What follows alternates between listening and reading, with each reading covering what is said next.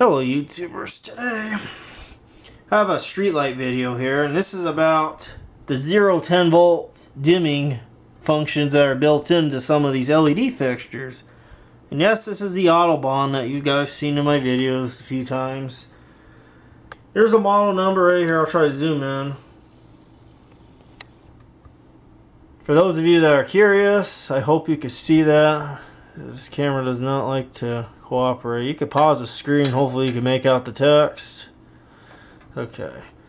This fixture's only about a few years old, so about a few years old now. Just about. Has had a harsh life, but so we'll get on about the 0-10 volt dimming.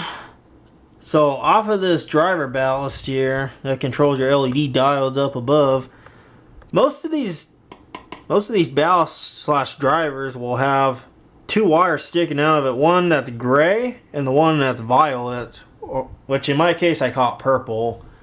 But this violet slash purple is your plus 10 volts, and this one's your negative, as I like to call it, or a control wire where you send the 10 volts back to this. And obviously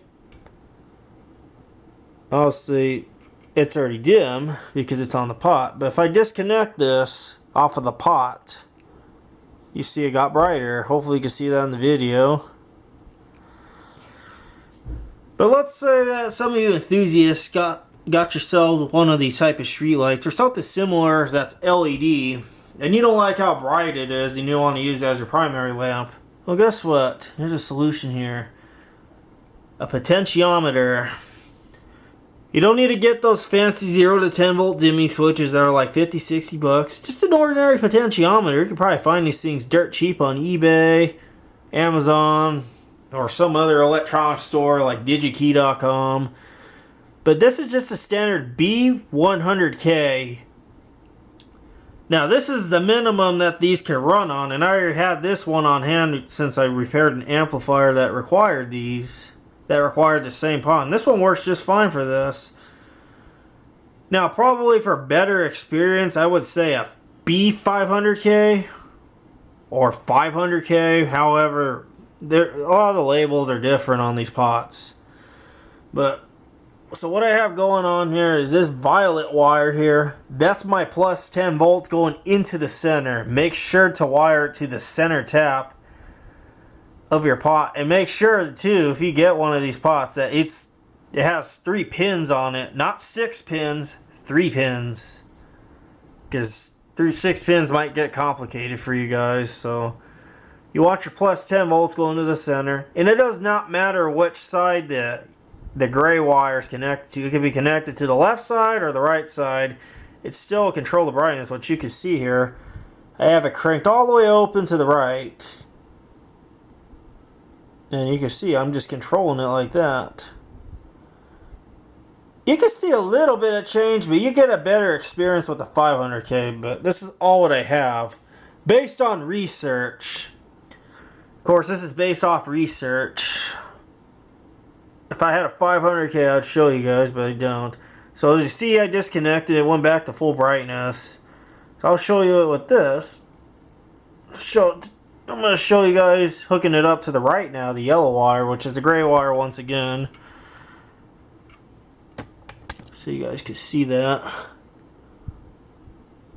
And now it's going to do the opposite. So I crank it all the way to the right. It will dim it. And of course, you crank it all the way to, the left. Which in this, if this was used as a volume knob, volume down, this would be volume down. It would be all the way bright. But of course I prefer to hook it up the other way. So that's a good way of repurposing this as a, your bedroom lamp if you want like quiet time in your room and read a little book, kind of have like a nice mood in your room. That's the way to using the street lights in your room without being blinded out, because this could get very bright. And two, you save, you will make your LED diodes last longer because they won't have to work as hard. And if you want to use it in your house have a nice bright party or something, or use it as a work light. Bam, bright. Now, of course, I'm gonna have to figure out where I want to place this pot.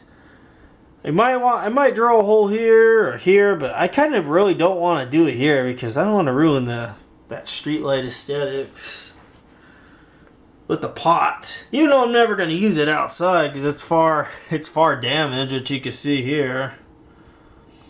And this black thing here, by the way, is a surge device. That was like an extra, I guess that was an extra that the city requests, so at least I got surge protection on the streetlight. Yours might not have it, I don't know. And there's a bunch of Wago nuts, in case somebody want to see the inside of this. This is your level, so I hope you guys enjoyed this video. And I'll probably will show you a clip with the pot installed, but you might need a drill. I'll probably report it back to you guys how it goes. Hopefully I do not break this magnesium metal, because that's what this is. This is magnesium metal. So stay tuned for more. Okay, YouTubers. So I got my wires soldered together. And I also drilled a hole nicely in here, so I thought this would break, but it turns out it drills through cleanly. There's a nice clean hole on here now. So if you have a metal, make sure to use a metal drill bit, carbide bit, or carbide bit, however you guys want to call them. The reason this door falling off because there's a little latch piece missing, but not a big deal. The door at least has a screw. So now there's this. So move this off to the side so you can see it. Most pots have a tab on them. Most of these potentiometers. In my case, I don't need this, which you can break it off. It will not hurt the potentiometer whatsoever. And the reason it's there is some devices have a little slot for this to go in, but some devices don't, and you could break it off. So something uses something as simple as needle nose pliers. Try to get it with two hands. As you can see, I took it off. That's all you need. It doesn't require very much force. And now I could just slide it into this hole. Also making sure that my wires don't touch the metal, and see, it goes down nice and neat. So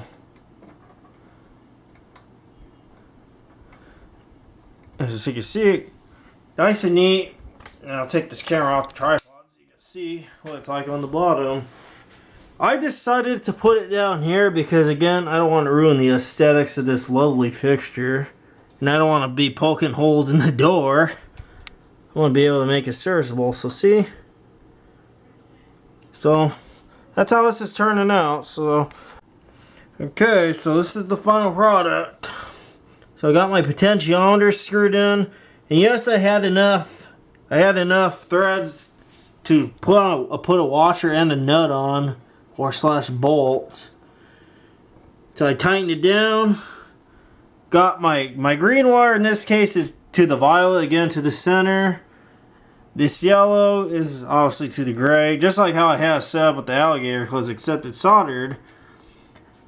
Now, I have to tell you guys this. When you guys work on this, make sure to unplug it or disconnect it from its power source, because you do not want to touch this black box here. This is where the terminal connections are. Which in my case, this box is loose, but it's all shielded in there and it won't short out on this metal casing in the fixture. And also make sure that these tabs don't start poking at the metal, because if you poke it at the metal, what will happen is you'll short these two wires together and they'll just be dim all the time, or maybe off depending on the fixture. So now I can just go down here, try to get it in a frame here.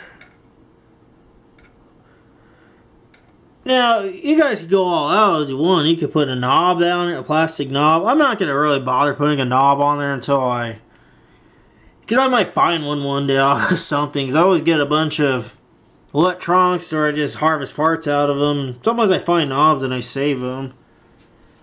It doesn't matter. You could put a blue knob, you could put a green knob, black knob, gray knob, whatever you want. It's your fixture. So I hope you guys enjoyed this modification video of this American Electric Lighting Autobahn LED street light.